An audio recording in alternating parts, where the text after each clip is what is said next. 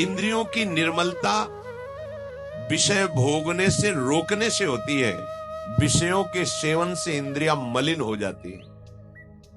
बड़ा गूढ़ रहस्य है ये।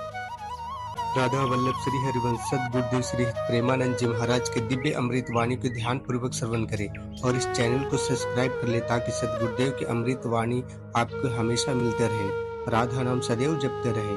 श्री हरिवंश। राधे राधे। इंद्रियों की पवित्रता विषय भोगों में जाने से रोकने से होती है, उनमें सामर्थ्य आती है। आगे प्रसंग आता है, जब गांधारी जी ने सुना कि धृतराष्ट्र जी के साथ हमारा ब्याह हो रहा है और वो नेत्रहीन है, ब्याह तय हो गया। रेशम का कपड़ा लिया, कई परत लगाए, आजीवन के लिए आंख में बांध लिया। जब मेरा पति संसार को नहीं देख सकता तो मैं संसार को कैसे देखूं? नेत्र की ढक लिया उसे। जब महाभारत का बड़ा भयानक युद्ध चल रहा था, तब गांधारी ने दुर्योधन से कहा कि आज तक हमने अपनी दृष्टि शक्ति को संचित किया, तुम निर्वस्त्र होकर मेरे सामने आ जाओ, मैं पट्टी खोल दूंगी, एक बार देखूंगी, वज्र की भी ताकत नहीं कि तुम्हारे शरीर में खरोच पैदा कर सके, तुम्हारा वज्र के समान शरीर हो जाएगा। हो गया, एकांत में निर्वस्त्र होकर आराध। भगवान बड़े लीला, जानते थे कि पतिव्रता है गांधारी और नेत्र आज तक बंद किए रहे, तो दिव्य शक्ति जागृत हो गई, ऐसा ही हो जाएगा। जय भगवान को दिया, देखा तो ऐसे, ये बच्चे हो तो कहां जा रहे हो? वो माँ ने कहा है कि ऐसे, ये तुम बच्चे हो, नंगे जाओगे? अरे माँ ने कहा निर्वस्त्र तो ऊपर के कपड़े हटा दो, नीचे के कपड़े हटा दो, लेकिन मध्य में तो रखो ना। क्या हम कह रहे कपड़े हटाने की बात कही, पत्ते ही लगा लीजिए, इतना तो कर लीजिए। हाँ आपने ठीक से। जय गांधारी ने पट्टी खोली, सामने देखा, आज्ञा का पालन क्यों नहीं हुआ, निर्वस्त्र क्यों नहीं रहे? और क्या बोले कि श्री कृष्ण ने समझाया, जा यहीं से तोड़ा जाएगा तेरा, यही तेरी मृत्यु का कारण बनेगा। बेटा तूने चूक कर दी, यहीं से तू कमजोर हो। वही मारा, जहां मारते थे तो चिंगारियां उठती थी गदा की, कहीं कुछ भी नहीं हो रहा था दुर्योधन का, लेकिन वहीं तोड़ा। जंघा से ऐसे पत्ते बांध लिए थे, वहीं तोड़ा, वहीं से उसका एक नेत्र शक्ति को रोक लिया। तो कितनी बड़ी सामर्थ्य। जो वाणी से मौन रहते हैं, कभी असत्य भाषण नहीं करते, नाम जप करते हैं, वो अगर बोल दें, होश में हो जाना, बिल्कुल सत्य हो, क्योंकि उनकी वाणी की सामर्थ्य जागृत हो चुकी है। हर इंद्री को जब भोगों से रोक दिया जाता है तो उसके अंदर अपार सामर्थ्य आ जाती है। पर यह बात सहज नहीं है। हम जो सोचते हैं वो क्यों नहीं होता, हम जो करते हैं वो क्यों नहीं सफल होता, क्योंकि पावर ही नहीं है। जब जो मनाया खा लिया, जब मनाया कर लिया, जब जो मनाया देख लिया, तो तुम्हारे अंदर आध्यात्मिक शक्ति नहीं। सब कार्य आध्यात्मिक शक्ति से होते हैं। थोड़ा तो समझिए, थोड़ा तो अपनी इंद्रियों पर शासन कीजिए। इंद्रियों में सामर्थ्य और निर्मलता आती निरोध, निरोध माने रोकने से।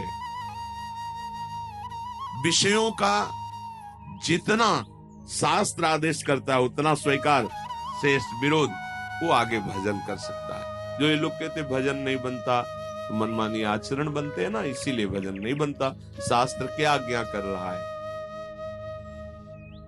तपसा स्वर्ग गमनम भोगो दानेन जायते, ज्ञानेन मोक्षो विज्ञेयस तीर्थ स्नान दघक्षया।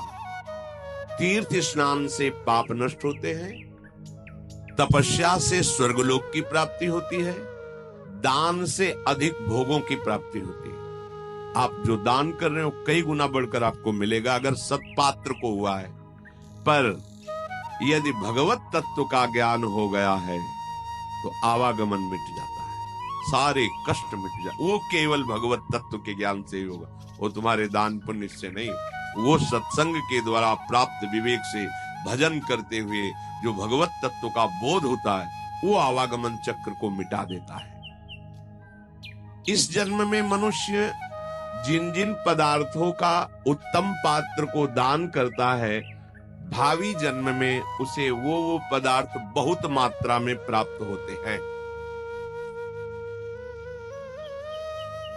श्री मार्कंडेय जी ने कहा, विज्ञानार्थम मनुष्याणाम मनः पूर्वम प्रवर्तते, तत्प्राप्य कामम भजते क्रोधम च द्विजशतम।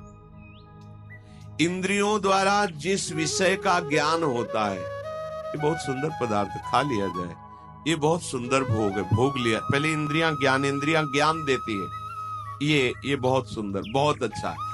अगर आप उस समय उनका विरोध नहीं कर रहे हैं तो फंसा लिए। चतुर उपासक को जब वो आपके सामने भोगाकर्षण प्रकट करे, उसी समय विवेक के द्वारा, बहुतों ने इसको भोगा, सुखी हो जाते हैं ना, बहुत जन्म में तुमने भी भोगा, सुखी हो जाते ना, नहीं है ना।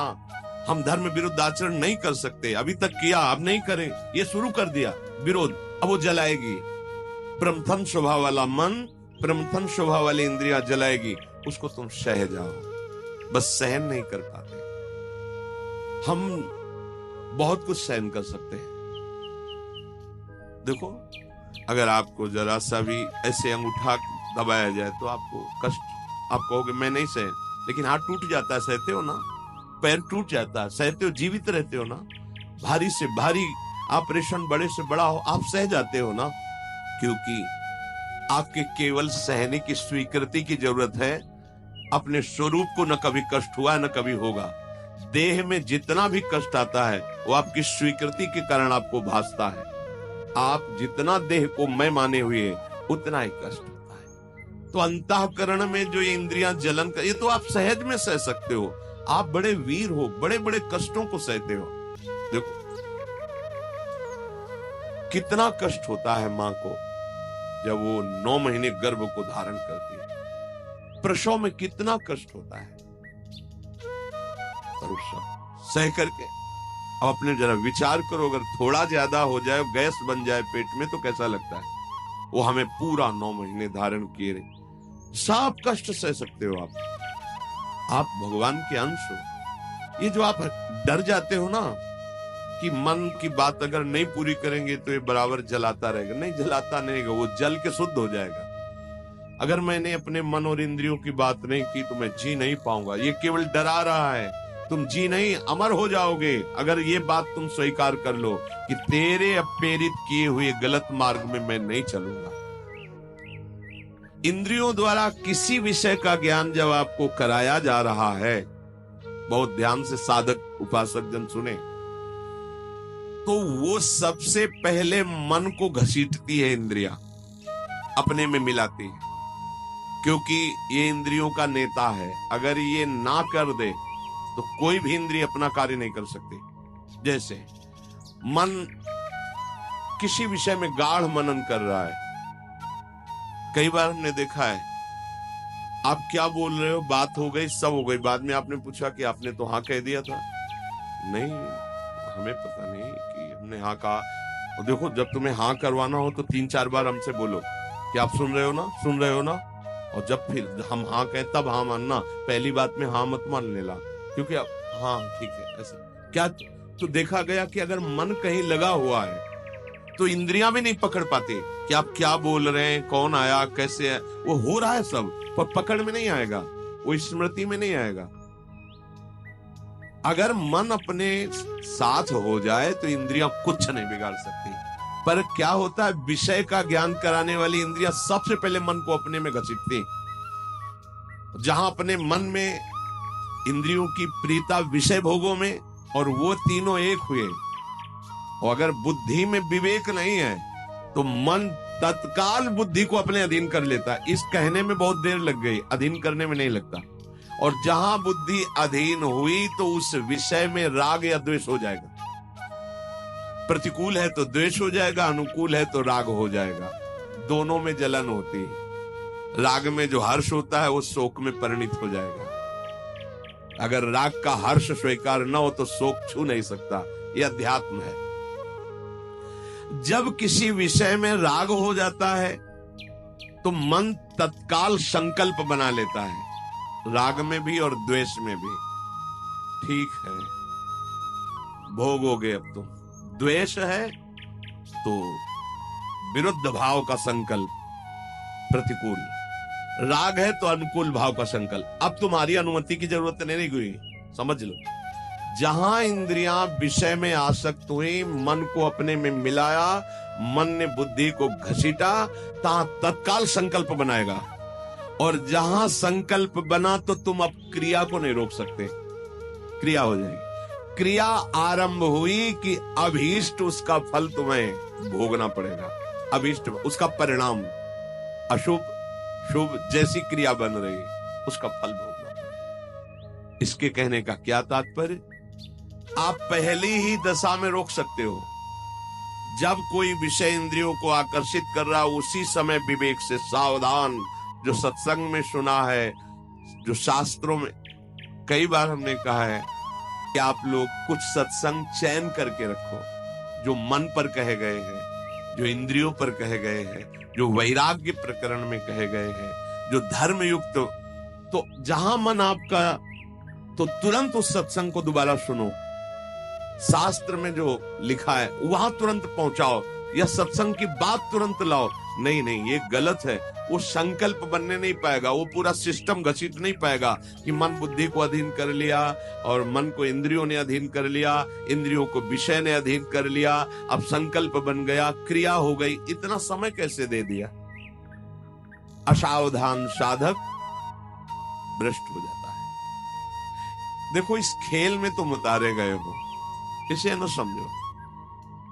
आपको परिपक्व, ये खेल है। भगवान के लिए दोनों पक्ष भगवान के हैं। जैसे मान लो दो प्रदेशों से कबड्डी का खेल हो रहा, बोले एक तरफ उत्तर प्रदेश, एक तरफ अमुक प्रदेश है, तो है किसका?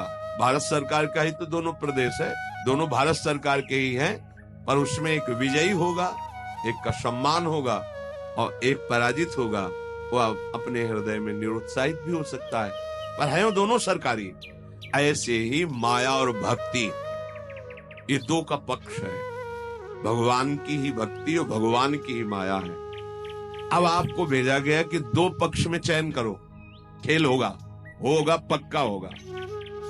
अब कुछ तो भक्ति पक्ष में आ गए और बहुत ज्यादा मात्रा में माया पक्ष में चले गए। अब उसका पक्ष का जो प्रभाव है वो तो पड़ेगा, भक्ति के प्रभाव का पक्ष पड़ेगा, पर दोनों पक्षों को एक दूसरे में जाना होता है। ऐसा नहीं कि अभक्त कभी भक्त संयोग ही नहीं प्राप्त करते।